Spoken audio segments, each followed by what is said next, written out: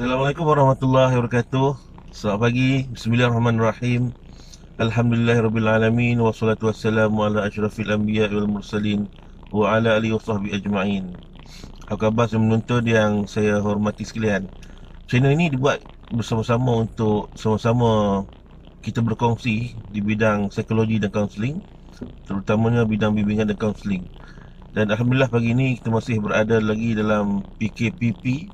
Okey. Dan hari ini ialah 20 Syawal 1441 Hijriah, bersamaan dengan 11 hari bulan Jun 2020. Bermaknanya kita semua akan bersekolah bagi mereka yang berkaitan pada 24 hari bulan Jun 2020 seperti yang telah diumumkan oleh Menteri Kanan Pendidikan Dr. Muhammad Razif Jidin. Saya nak bercakap tentang tata cara ataupun banyak orang berkongsi dan juga bertanya dengan saya macam mana nak masuk ke bilik kaunseling selepas ini di era normal baru selepas pasca COVID-19 ini. So pada saya kita harus melakukan perubahan samalah dengan bidang-bidang yang lain.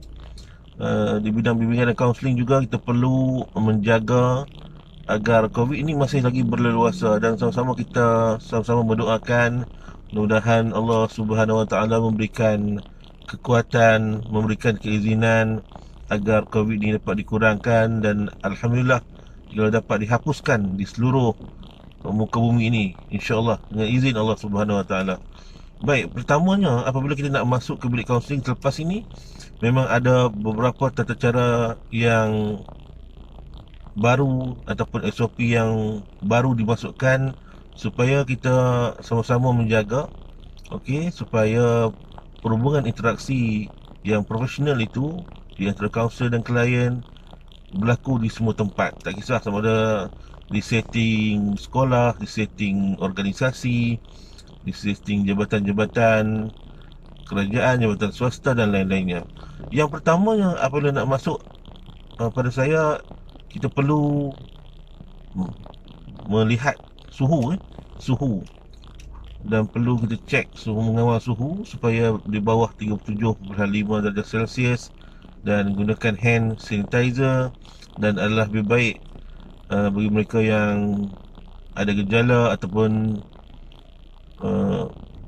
yang kurang sihat, memakailah topeng muka ataupun mask. Namun di awal-awal ini saya mencadangkan agar penggunaan pengawalan suhu, hand sanitizer dan juga mask itu dapat kita gunakan di awal, di peringkat awal ini, untuk sama-sama kita melihat dan membendung wabak ini agar tidak merebak dengan luas. Selepas itu, apabila telah melihat tiga perkara ini dan klien ataupun pelajar nak pergi berjumpa dengan kaunselor, kita lihat suhu, pakai hand sanitizer dan memakai mask, tuliskan nama, nombor telefon, alamat dan beberapa maklumat penting sahaja yang perlu kita ambil. Selepas itu, untuk masuk ke bilik kaunseling, perlu ada penjarakan sosial, dan mungkin tempat-tempat setting sofa dan sebagainya kita akan jarakkan, seperti di kaunter-kaunter, di bank, di tempat-tempat awam dan sebagainya. Ada yang perlu kita jarakkan, tidak boleh satu tempat itu tidak berlaku penjarakan sosial. Dan saya mencadangkan antara 1 hingga 2 meter untuk lebih rasa selamat, kondusif. Kerana kadang-kadang kalau kita tidak merasa kondusif, kita akan tidak dapat membuat sesuatu sesi kaunseling itu berjalan dengan baik. Okey, selepas berlaku jarak sosial dan mungkin ada tag-tag yang kita perlu jarakkan di antara satu sama lain, dari segi tempat duduk, dari segi satu bilik kaunseling itu ataupun satu tempat perjumpaan itu, tengok kepada keluasan lah. Kalau bilik yang kecil, maksudnya kita hadkan mengikut jarak, mungkin pada satu-satu masa ketika cuma tidak lebih 3 orang sahaja. Ataupun kalau biliknya luas, mungkin kita boleh susun tidak lebih daripada 10 hingga 12 orang. Dan saya pun kalau beli yang ada tempat menunggu mungkin yang luas, mungkin kita melihatkan tidak lebih 20 orang macam tu.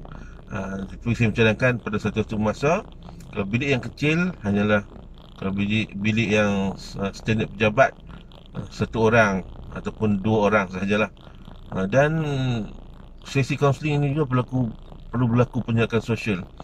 Dan untuk masuk ke bilik kaunseling, bagi mereka yang berkeperluan khas pada sesi yang tertentu, mungkin uh, ada masa yang tertentu, dan saya mencadangkan satu sesi itu tidak lebih 40 minit.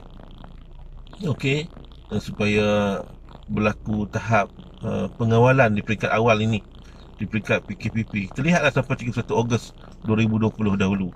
Bagi mereka yang tidak berkeperluan, mungkin datang ke bilik kaunseling mungkin tidak lebih 30 minit ataupun 20 minit, antara 20 hingga 30 minit untuk berada dalam bilik kaunseling, mendapatkan maklumat, berlakunya perbincangan dan sebagainya. Bagi mereka yang bersesi khas seperti yang saya cakap tadi, saya cadangkan tidak lebih 40 minit supaya sesi kaunseling itu dapat dibuat. Dan maksimum, saya rasa sebelum 31 Ogos 2020 ni janganlah dibuat lagi sesi itu melebihi 40 minit, supaya berlaku perhubungan yang terkawal, supaya kita melihat kehadapan. Ini pendapat saya lah dalam perjumpaan sesi kaunseling individu. Dan kaunseling kelompok juga saya rasa perlu dihadkan. Kalau sesi individu tu one to one coaching, tapi untuk sesi kelompok tidak boleh lagi lah 10 orang macam dahulu. Tengok keluasan tempat itu. Tetapi saya mencadangkan normal yang cantik ialah antara 6 lah. Okey, 6 hingga, jangan lebih 10. 6 hingga 10 sesi kelompok itu berjalan sangatlah cantik. Tapi pada saya, cuba kita sedikitkan sesi kaunseling kelompok itu menjadi 6 orang saja, sangat cantik. Kita mengawal di peringkat awal ni. Kemudian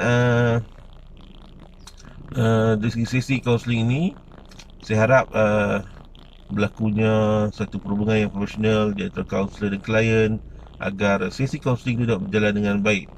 Dan pada saya, itulah antara beberapa perkara yang perlu kita lihat. Dan kalau boleh, kalau bilik-bilik yang mempunyai kemudahan seperti masuk di pintu ini dan keluar di pintu yang lain, itu adalah lebih baik. Dan kalau tidak ada kesempatan, buatlah satu sistem jarak ataupun sistem tag line supaya ada penjarakan sosial. Kalau bilik itu cuma mempunyai satu pintu keluar masuk, kita buat satu alat ataupun tag untuk pelajar ataupun klien dapat keluar masuk. Kalau boleh, elakkan bersentuhan.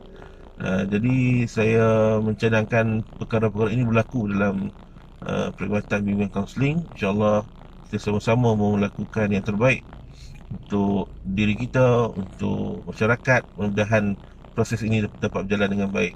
Kita jaga kita. Okey, saya rasa itu saja kongsian saya untuk hari ini. Mudah-mudahan kita jumpa lagi di sesi-sesi yang lain. Jangan lupa like, subscribe dan share supaya dapat manfaat satu dua perkara yang saya sampaikan pada pagi ini. Sekian, terima kasih. Assalamualaikum warahmatullahi wabarakatuh.